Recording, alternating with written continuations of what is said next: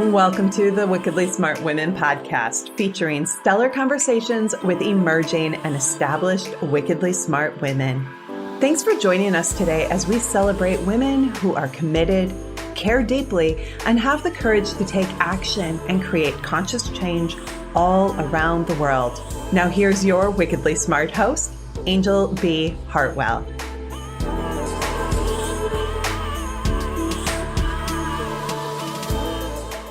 Welcome to another episode of the Wickedly Smart Women podcast, where we celebrate wickedly smart women and provide our listeners with a wealth of wisdom, along with immediately actionable steps to be smarter, spunkier, and more successful in their impact and their leadership. This is your host, Angel B. Hartwell, and today we have a very special episode.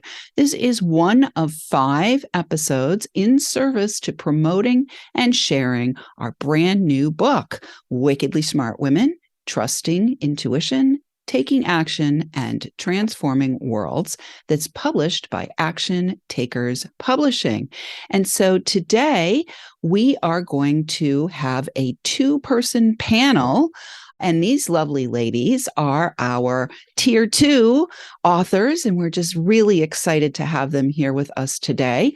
And so what we're going to do is I'm going to introduce both of you, then we're going to talk a little bit about your chapters, and we're going to let our listeners all around the world know where to get the book and what it means to be a wickedly smart woman. So we're going to start by introducing Karen. Karen Rudolf is a holistic intuitive journey guide supporting coaches, personal transformation, and self-confidence from the inside out.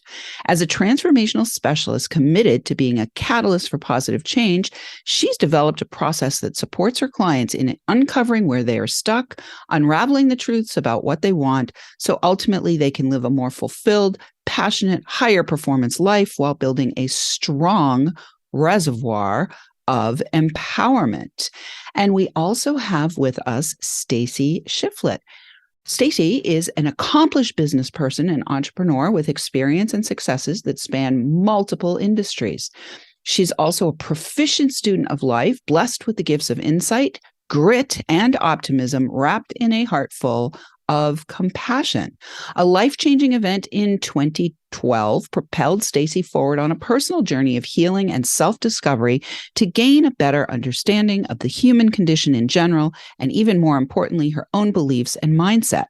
That journey ignited in her a desire to help others with the belief that we all have the freedom to fully align with the brilliance that is uniquely ours, and thus her company, Modern Consciousness, was born. So Karen wrote the chapter titled Before I Lived, I Died a Seemingly 1,000 Times. And Stacie's chapter title is Whispers of the Soul. So I'm going to start our conversation today, ladies, by asking each of you, what inspired you to participate in this book and write your chapter? And why don't we start with you, Stacie? Well, it's a wonderful opportunity to help others and to share what I have learned, being someone that has been very successful, but I was going and accomplished a lot of things, but I was one that tended to have some anxiety and worry, right? And worry about the future, worry about the past, having had a lot of experiences through my life about that. And I think that this was a great opportunity to share that with others that may have had a trajectory similar to mine. Beautiful. I love it. Karen, how about you? What inspired you to say yes to this opportunity and jump in and be one of our contributors? Yeah, well, first off, I want to acknowledge Stacie because she was the one that turned me on to it. And just the title alone, Wickedly Smart Women, is like, it just drew me in because not only did it speak to my inner self, but inner guidance, so to speak, but again, it spoke to the journey that it's possible. We're all wickedly smart. Where all of us are, and we don't see it clearly, all often. And I just think it was a beautiful opportunity that arose at the perfect time. And I think it's a great message getting out there to anybody who has gone through challenges and concerns, and that it's possible. Beautiful. So I'd like to ask you both what it was like for you to step into the space of writing, because I think that there are a lot of our listeners out there, wickedly smart women, who have stories, who have a story to tell. And for me, in my own journey to get to where I am today, I started actually myself with writing. And one of the first things I was invited to write in was a magazine. And then somebody found me years and years and years ago and invited me to be part of a collaborative book. And so the first published writing in a book that I did was also a collaborative book. So I'd love to ask you what your process was in making the decision to write and to put your story on paper and to participate. What was your inner process around this? Because I think so many women have stories that they just have in them, and getting them out onto the page is step one of the journey. So I'd love to hear your process with that, Karen. Interestingly enough, I've always been into writing. I started, doing poetry back in high school and that kind of thing. And it was a version of my diary. So I wrote it in prose, so this way no one really knew, but I knew what it was going on. And I figured no one is ever going to read it. So I never really put it out there, but I've always had that part of me there. And then fast forward, I wrote a small ebook that's actually on Amazon. And I just said, no one knows who Karen is. And if I don't put it out there in some way, shape, or form, and I had to really stretch myself to do it because I believe in the work that I do. So I wrote this book, 5 Ways to Create a Ripple. And what I did was I created an outline, and it was so out of order, out of sync. It was just get it out. So what I do is I'm a mapper. I do that with my clients. I do it for myself all the time. And I mapped my whole journey, but then I was able to put it in some semblance of an order of what came first, what came second, that sort of thing. And that's how I started it. And then I ended up being invited to do another collaborative book that became an international bestseller. And chapter 2 of my first book was collaboration. So I'm all about collaboration. It just made sense to me to continue that journey. Beautiful. It's really about raising the awareness, what's possible out there for many. Beautiful. How about you, Stacie? What was the writing, taking the step into putting your words on paper? What was that like for you? This is my third collaboration book project, and I'm super excited to be here. The first one was really interesting because I had this download for this company. I talked about it a little bit in my story in our book, and I just kept ignoring it. So I finally was meditating one day and surrendered, right? I said, what is my next best step? What do I do?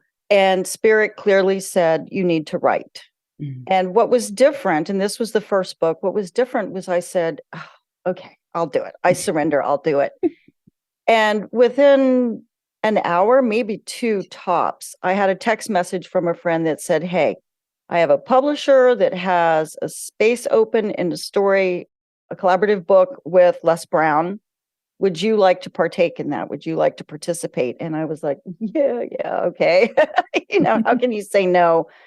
So that was my first foray into it. And the way that I write, the first story was probably easier, the first book, but I sit with it and ask, what am I inspired? What can I do of service? What needs to come out of me? Because it's a very healing process as well. Mm-hmm. It's a healing process. It allows you to really condense your thoughts, right, because there's a word limit, right? So within 2,500 words, you've really got to be clear and have a lot of clarity about what you're doing. Mm-hmm. So it gives you the opportunity to process that. And it's very revealing. I love that. Well, I agree with you that it's cathartic. Writing is definitely cathartic. And one of the interesting things that I've participated myself in, I think this is now book number 23, collaborative book number 23. And every single time it's a new story that comes up and comes out that wants to be delivered into the world. And so I'm really excited that you decided to participate in this. What, Stacie, do you hope our readers are going to get out of your chapter, Whispers of the Soul? Well, what I would hope is that people can reflect on their life and start to realize that we do have an internal voice, and we have a voice as well from, a greater intelligence, whatever you would like to call that, that is constantly speaking to us. We just don't realize it a lot of times. We go through a lot of life on a plan. I call it an automaton, and it serves a very good purpose. We're building our careers, we're raising our families. As kids, we're in school, we're learning. We don't have a lot of control when we're young. And I think at some point in our lives, we stop and go, gosh, is this all there is, right? They're lacking fulfillment in some area. And it's a journey to figure out where the lack is and how to transition it to fulfillment. And so that's what I'm hoping that my story will help people, our readers, to figure out a way to start listening to that inner voice. Beautiful. So I want to just go a little bit deeper there, Stacie, for our listeners here at the podcast, but also for the readers to be. What did you do in your own life? Like, do you have a trajectory that you can track that's where you started to listen, or were you always a listener? Was this something that you were encouraged to listen as a child? Did you have, a divine intervention where there was shouting instead of the whisperer? Probably all of the above, right? Because if you don't listen, it starts shouting. Right. So, I convey in this story, I had a number of experiences ever since a small child, and then they sort of just went away. But I always had a lot of confidence in myself to chart my own path and be my own person.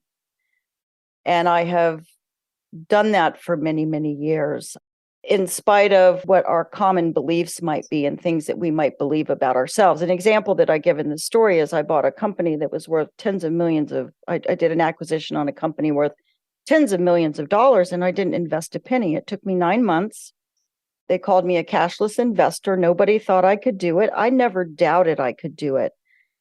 I didn't realize at that time, and I've got what I call the goosies as I'm telling you this, I didn't really realize at that time what that was in me. To me, that was just me, right? It was an idea that I had. I was confident I could do it. It was in an area that I knew very, very well, a professional area that I was very well versed in. I was called a subject matter expert.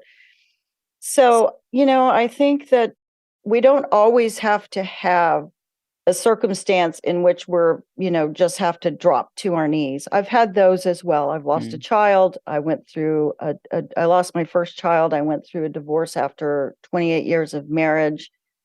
We don't have to have something that makes us fall to our knees in a personal crisis to begin to understand and look into ourselves and create a better life for ourselves.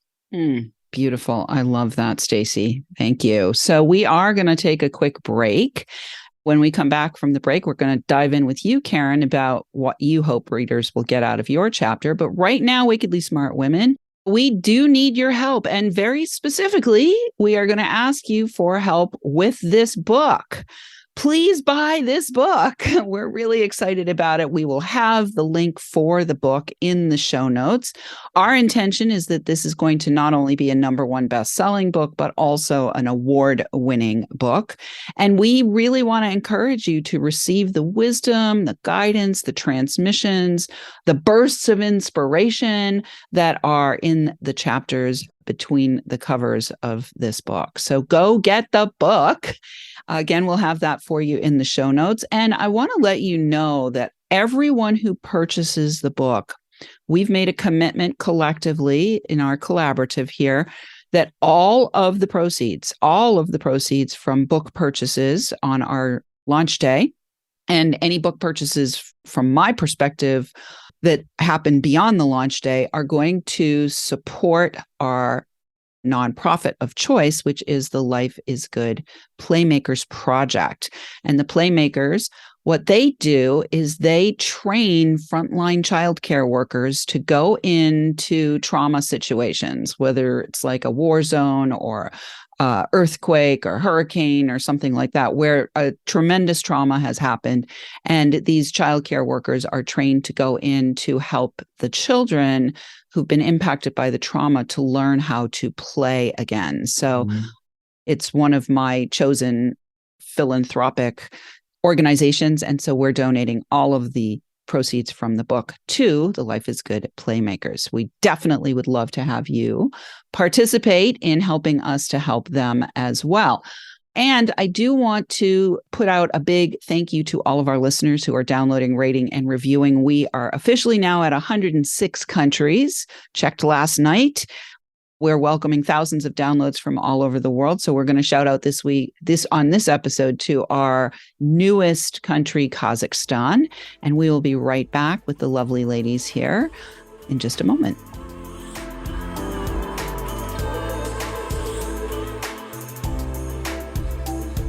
The Wickedly Smart Women podcast is brought to you by the Wealthy Life Mentor. Women, are you on the edge knowing that life is calling you to make a change? Are you ready to be part of the evolution of what it means to be a wickedly smart woman, creating your wealthy life by design? A life that is an extraordinary work of art. Angel B. Hartwell, the Wealthy Life Mentor, is hired by women in transition.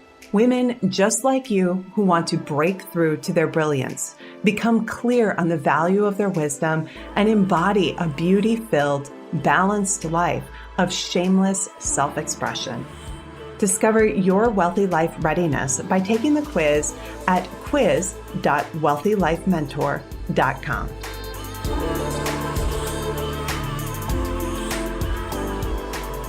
And we are back with Stacie Shifflett and Karen Rudolf, two of the collaborative authors in the book, Wickedly Smart Women, Trusting Intuition, Taking Action, and Transforming Worlds, published by Action Takers Publishing. This is a collaborative book of 17 different inspirational stories from wickedly smart women all over the world. We'll have the link for the book purchase in the show notes. And before we went to the break, we were talking to Stacie about what she hopes readers will get out of her chapter and a little bit about the writing process. Karen, what do you hope readers are going to get out of your chapter? I think pretty much the same thing, in the sense that anything's possible when we put our mind to it. What we resist persists. And for myself, I know I resisted the calling. I resisted since I was a little girl, resisted, going, no, I don't know where that voice is coming from, but it's not me, it's not mine. And I always knew I was a healer. I always knew I had this inner knowing, and no one talked about it. So I thought there was something wrong with me. And I had 2 near-death experiences, and that's the title of the book. And each one of them, I felt, I call them God bumps. I know I'm on my purpose, on my path, my chosen path, because I stopped and I surrendered. I really paused to surrender to. It got very intense. And it wasn't, more to the point of what Stacie was saying as well. Things happen in life. Things are always going to happen in life. And it wasn't just the fact that I went through a divorce and I lost a child as well. I mean, all of that occurs, life happens. And yet it's the choices we make to create whom we become. And I think that's more where I'm looking that this chapter will go. It's the becoming. Who we're becoming in light of all of that, to finally say yes to that inner voice and trust it, because I love my life today. Is it perfect? No, but I love it today. And as I said earlier, if I can do it, anybody can do it. And I'm really hoping that as the readers read all of our journeys together collaboratively, that they'll get a better sense of self and what's possible for them to move and grow and expand forward in their journeys. Karen, I want to go a little bit deeper with you too, because you may be one of the there may have been a couple of other people who've been on the show who've had near-death experiences, but you very specifically, your chapter title is Before I Lived, I Died a Seemingly 1,000 Times. So I'd love to have you speak a little bit just for, I would like us to normalize that these things happen, right? Yeah. I would like to normalize that for the 106 listeners in the 106 countries around the world. I think for many of us, there's like this cultural skepticism and cultural even cynicism around transformational experiences like a near-death experience. So I'd love to have you just dive a little bit deeper into whatever experience that you had that, transformed you and got you on this path. And what, if anything, you'd like our listeners or our readers to know about near-death experiences. Right. I always thought there was something wrong with me, because I had this experience. Nobody talked about it. I was 5 when I had my first experience. And at that time, when you come back and talk about it, they're like, yeah, whatever. Like, kids are to be seen and not heard kind of thing. So I never really talked about that one. And, I had an out-of-body experience, and I was observing myself in the emergency room and doctors rushing in and going, oh my God, we're going to lose her kind of thing. And I didn't really think much about that one, but the other one was in my 20s when I had a car accident, and I hit a boulder face on up in New York State. And my car was probably the size, I had a Mach 2 Mustang at the time, and it was probably about smaller than a VW by the time I finished with that car. And I remember waking up in the hospital. Before I woke up in the hospital, I remember going through a phase where I saw the light. I saw the tunnel. I was looking up inside of this tunnel. And I remember hearing my grandmother, who had been deceased, her voice. It was very distinct. And it was a circle at the top. And there was a lot of, you couldn't really make out the faces, but there were a lot of familiar voices. And they were saying, go back. It's not your time. Go back. It's not your time. You have work to do. And I heard that. I heard that very specifically. There's work to do. Mm-hmm. And I knew in that instant that I was here to serve. And I believe that most people who have a near-death experience are given a second chance to work in service of whatever their calling is. And we each have unique callings. We might have similar, but they're all different. Mm-hmm. And once I started listening and surrendering to it, the path is there. It's just right there. And it wasn't until I went to a creativity conference out in Portland. I was presenting there, and I met with a medical intuitive, and I was suffocating. My inner child was suffocating because I wasn't articulating it. I had this really huge experience. And again, I'm thinking something was wrong with me. My former husband would say, Karen, shut it off. You're freaking me out. I'm like, okay, now there's something wrong with me, and you go to a therapist and they're like, they couldn't really get it. And it wasn't until I got amongst my peers that other people who had already experienced it validated it, and then trusting the inner guidance and knowing that you're living a life on purpose. Beautiful. I love it. Thank you so much. Thank you for sharing that, and let us be validators for anyone else who's having that experience. So in the last few minutes, this book is called, the title is Wickedly Smart Women, Trusting Intuition. We've talked a lot about intuition on this panel. Taking action. Both of you obviously are action-taking ladies, and transforming worlds. So I'd like to hear briefly, Karen, what worlds you intend to transform as a result of writing this chapter. Inner worlds, because it's my belief that it's from the inside out. It always begins with self and then expands from there out into a global scale. Beautiful. And you, Stacie, what worlds do you intend to transform? Because I believe that there's worlds upon worlds upon worlds. So what worlds are you looking to transform with Whispers of the Soul chapter? Well, I would agree 100% with Karen. Everything's from the inside out. And the other mission that I feel called to do is to also broaden the number of us that provide the message. Yeah. We have a we have a top tier of people that are very familiar in this space, the celebrities, if you will, put air quotes around that. And how do we bring up that next level? Because the more people that we impact and that we share the message with, I think that we will create a better world in general, right? So I think it begins in our communities. It begins within ourselves, and we need to expand out into the communities, whatever those communities are, whether it's a geographical, a social community, what have you. So my message is twofold, or my purpose, I feel, is internal as well as spreading the word and increasing the number of people and the visibility of people. And again, as you all said, normalizing it. Yeah. Agreed. We need to normalize it. All right. So in the last couple of minutes, I'd like to ask you what it means to you to be a wickedly smart woman and what you might want to say to encourage our listeners to go buy this book. So Stacie, why don't we start with you on that? What does it mean to you to be a wickedly smart woman?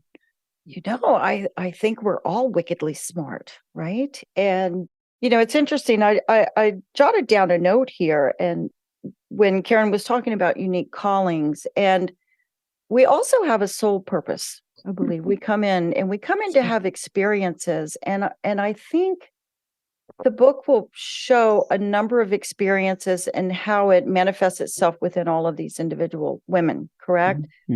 But I think we have to be accepting and compassionate of what those experiences are.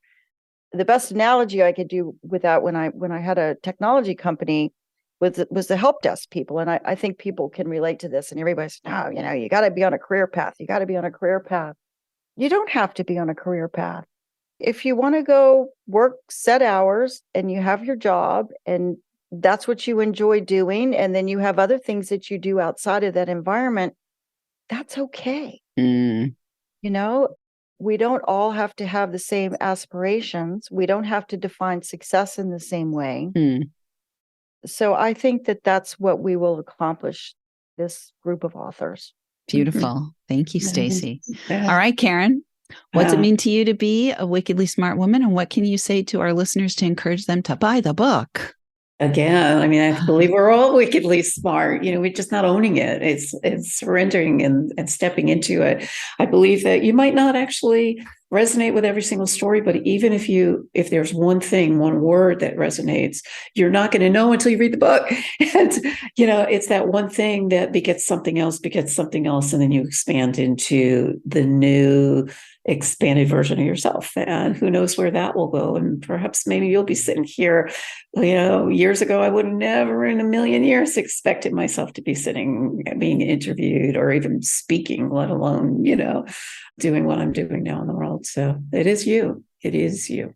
Yeah. Beautiful. Well, I love that there's that invitation to remember that it could be one sentence. It could be one word that really activates a reader or a listener to transform, to begin their own transformation process. And I personally feel that whenever I show up either on this podcast or on stages or in writing, my intention is to be an activator and a germinator of these latent seeds that have yet to be popped open, these latent seeds of light that have yet to be popped open. And I share with you, Stacie, the vision of more of those of us of like experience and like mind coming into community and coming into, bringing our callings to earth and materializing them such that the world is a better place. So I'm so grateful to both of you for being here. So grateful for your participation in the book. And listeners,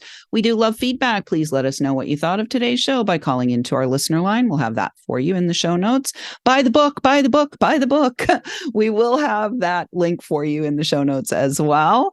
And we might even we're requesting actually that you send in questions or guest suggestions, but we're also requesting that you send in some feedback about the book. We'd love to hear when you buy the book, what you got out of it. So please do send that in to listeners at wickedlysmartwomen.com. We might even give you a shout out on the show. Thanks for tuning in. Keep your ears open. And remember, you and you and you are wonderful women. Thanks for tuning in, downloading, and listening. Be sure to rate and review Wickedly Smart Women on Apple Podcasts and share with other women who can benefit from today's episode. Wickedly Smart Women is the premier podcast series for informing, activating, and inspiring the leader who carries profound wisdom and knows that now is the time to welcome wealth. We welcome your feedback and guest suggestions and invite you to subscribe to our mailing list to be notified of each new episode at wickedlysmartwomen.com.